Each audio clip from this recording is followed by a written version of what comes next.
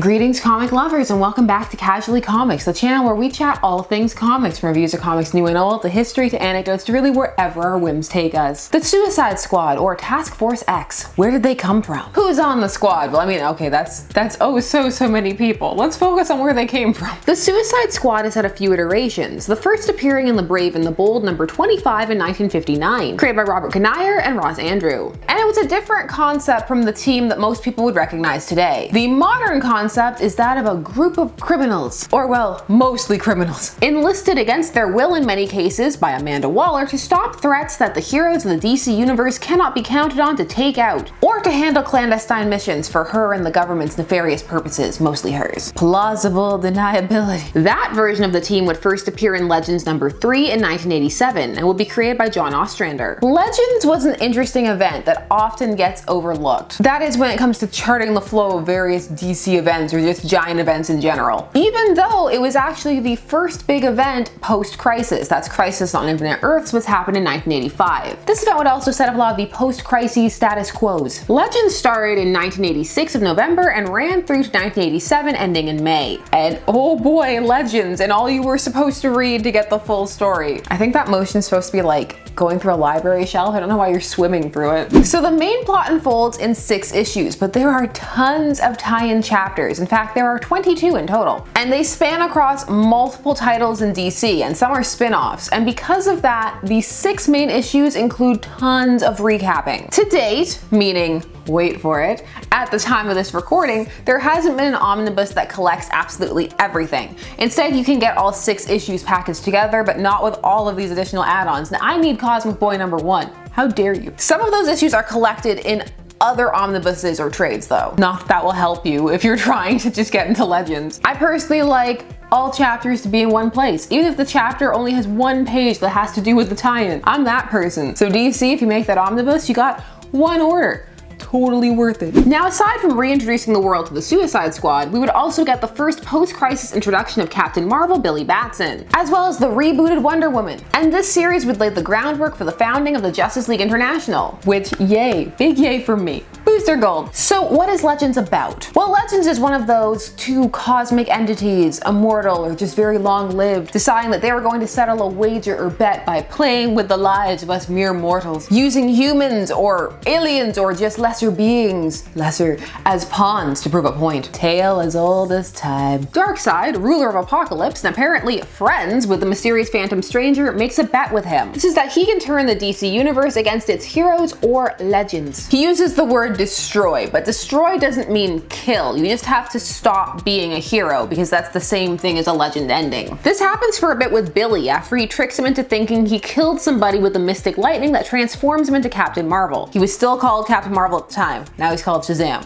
But Captain Marvel here, I prefer calling him that, so I'm calling him that. Now, thinking that your powers killed somebody would mess even an adult up, and Billy is a child, so he is not okay for the majority of this series. So in order to accomplish his let's destroy all legends goal, Darkseid starts manipulating events on Earth. Maybe the secret is that we just have the most interesting heroes and all the other planets are really boring. That would be sad, wouldn't it? Darkseid sends Glorious Godfrey, one of his minions, to Earth, where he disguises himself as G. Gordon Godfrey and utilizes his powers of persuasion, which manifests his extreme charisma, to become a talk show host and a celebrity who begins to spout all this anti-hero rhetoric that, because of his powers, transforms the people who listen to it into haters. Superhero haters. Darkseid also sends an agent he creates called Brimstone to the planet, a fire elemental who believed it was a fallen god. And the whole time the Phantom Stranger is like, okay, whatever, I'm not gonna do anything, I have hope. You're playing chess and I went to the store because we were out of milk. He ends up being right though. The Phantom Stranger often wins. He is mysterious and has many origins potentially. And he has a nice hat. So with all that groundwork laid, it's time to meet the squad. Is squad still on vogue as a slang for a friend group? Probably not. It was at one point. But that's not important. What is before we get started, I'm Sasha, and if you're enjoying this content, you know what to do. Hit that like button, hit that subscribe button. Join us on this comic book journey. Task Force X, sorry, wrong franchise. The cover of issue 3 has a lot going on. Faded images of Superman, the Flash, Changeling, now more commonly known as Beast Boy, and Batman all looming on the horizon over Mount Rushmore, which Brimstone is standing on top of, with the Suicide Squad at the bottom trying to engage Brimstone. Deadshot's posing hard. He knows he's on a cover. It's a lot of a lot. I would be perplexed if I just stumbled upon this, and not in the I need to read this right now kind of way, but in a what is happening? Send for the Suicide Squad. Despite the title, we do not actually open on the Suicide Squad. Instead, we open on a group of irate protesters, some of them wielding signs that look like if they wanted to, they could just kind of cross some words out and go over to an anti-mutant rally after. They're protesting outside of the Teen Titans Tower, the giant T that they did not bother to hide so people know where it is, so you can go and do stuff like this. Look at this guy, no more super freaks. So does that mean Nightwing can stay? At this point in the story, President Ronald Reagan, because this is one of those stories that's trying to do the quasi tied into real world thing, has decided to outlaw superhero activity. All of it. But wait, some of you may be saying, weren't they vigilantes, most of them? And so it was already, don't think about that. We don't need to worry about stuff like that. We are all accepting that the heroes can do what they want without copious lawsuits. Let legends take you on a journey. Okay, so everything in this issue is going to cut abruptly back and forth to other scenes. So that opening protest will be followed up by a dramatic beginning of a slow zoom into Apocalypse, but then it cuts back a panel later for a scene in the tower, which is cut off midway through by more pan, which is cut off again by the continuation of that same Titans Tower scene. And the whole book is like that, constantly, back and forth, back and forth. Wow, I can't snap today. There we go. The tower scene is Sarge Steel in his robot hand telling the Flash and Changeling that he needs to detain them and he's gonna do his job, and then they call his bluff and leave. But enough of that, it's time to meet the squad. The first member we see is Captan Boomerang in his fashionable boomerang tunic, custom patterned fabric that shows you've arrived. The Enchantress is posing like an extra on a rock cover. Captan Boomerang, I'm Colonel Rick Flag. The two behind me are Bronze Tiger and Deadshot. Together with those you already hear, we make up the core of Task Force X. Nice trench coat, Rick. I'm not being facetious, that's a nice trench coat. So Rick Flag was also in the original iteration of the squad. This is explained canonically by that being his dad. Whew, nailed it. And stuff like that happens, so it's not a reach. Deadshot and Rick Flag are pretty much staples on the squad, by the way. I mean, Deadshot more so nowadays than Rick, but you still see Rick. It's like saying Rick, but not Rick Grayson. Also, Deadshot back in the day had like an obsessive hero worship crush thing going on Rick. Some say, no, it didn't happen, and to them I say, sure, Chan. Deadshot has had crushes on a lot of people. Rick, Catman, and that's to say nothing of the actual relationships that you've seen him have, including that one in the New 52 with Harley. That's the one where she took the Joker's face and put it on his mask, and that was a weird time. But that's future talk. For now, Amanda Waller is detailing what exactly is going on with the squad, which means threatening them. Lots of threats. I explain that if he accepts the mission, succeeds in the mission, and somehow manages to survive the mission, all current criminal charges against him will be dropped. She then attaches a bracelet to Captan Boomerang's wrist. It's an explosive bracelet, exactly like mine. You decide to wander away from Colonel Flag during this mission, and from now on you'll be applauding one-handed. This method of controlling the squad would evolve to bombs being placed in their necks. Explosions by Polka Dot Man and Injustice 2. Blockbuster, Enchantress, and Bronze Tiger don't have to wear the bracelets because they've joined the team for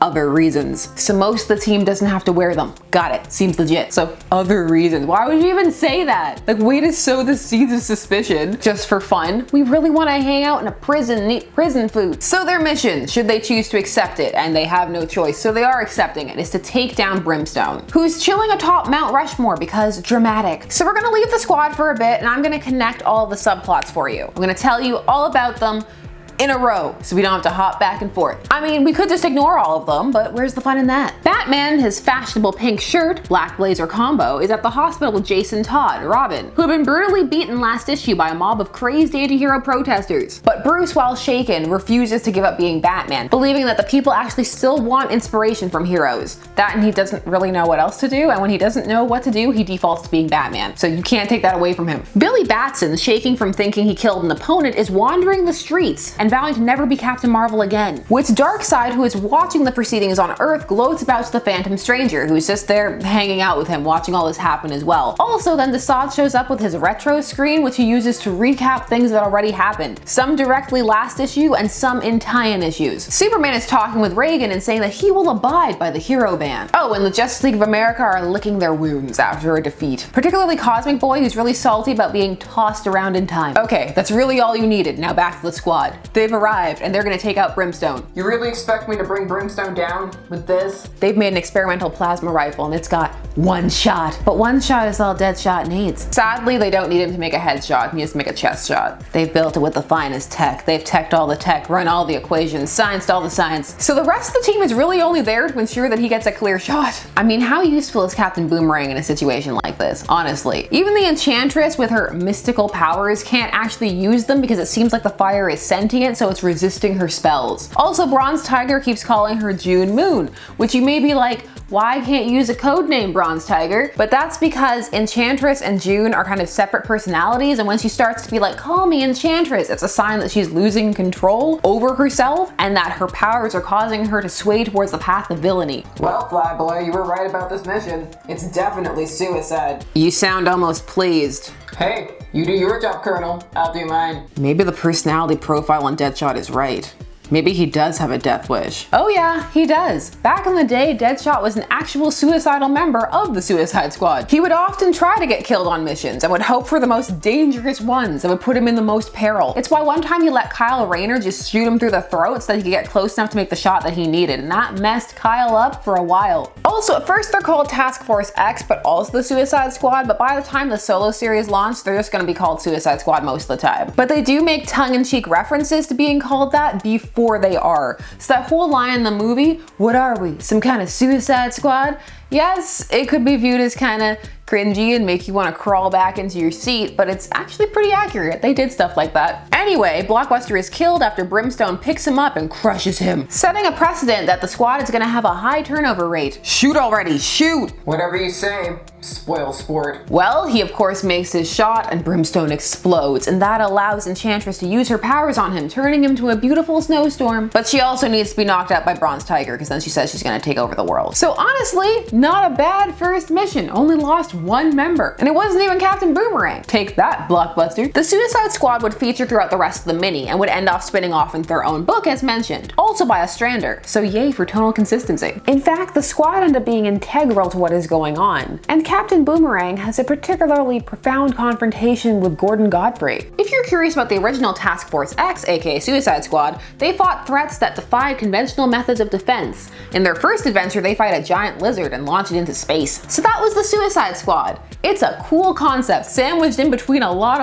The formatting and pacing of Legends are rough, especially if you're just reading the 6 main issues. That's why I organized it for you, and honestly, if it had flowed a bit more like that, it would have been easier to read. In general for Legends though, the characterizations are very solid. The interactions and just actions of the characters feel very in tone, and that part is very compelling. And it does ultimately accomplish its hope over cynicism or despair message. Take that, Darkseid. No anti-life equation for you. Legends #1 is where we first meet Amanda Waller though, and that's amazing because she's awesome and terrifying. Remember when the New 52 made her hot for no reason? Disapprove. And then they had another character she was related to have the original Amanda Waller design, but then in Rebirth they just put her back to her old design because that's what the people want. Give the people what they want. Not everybody has to be hot. We got enough hot people running around. There were a lot of cool concepts introduced in Legends, and a lot of good books or characters came out of it. But the event itself, it's understandable why it's kind of fallen by the wayside. The plot is one that you may have seen many times before and may not be interested in, and again, it's just so compressed. It very much is like, we need to explain some of the things that we're gonna implement after Crisis. I know, Legends. The dynamic set up here for the Suicide Squad is interesting. The characters sniping back at Waller, at each other, being forced to work for good, and to team up and work outside their comfort zones. It's interesting, and I can see why people took to it. And from the first issue of the solo book, they set up a kind of gritty tone. Issue 10 of that run is also ranked as one of the best solo issues that you need to read before you die, so the more you know. I liked them in this first appearance, but that's just my opinion. Share your thoughts. I want to hear them down below, and while you're down there, please do all the YouTube things. Like, share, comment, subscribe, and hit that bell notification so that you never miss a vid. Thanks so much for taking some time every day to spend it discussing comics with me. I always appreciate it, and I'll see you again soon. Bye-bye.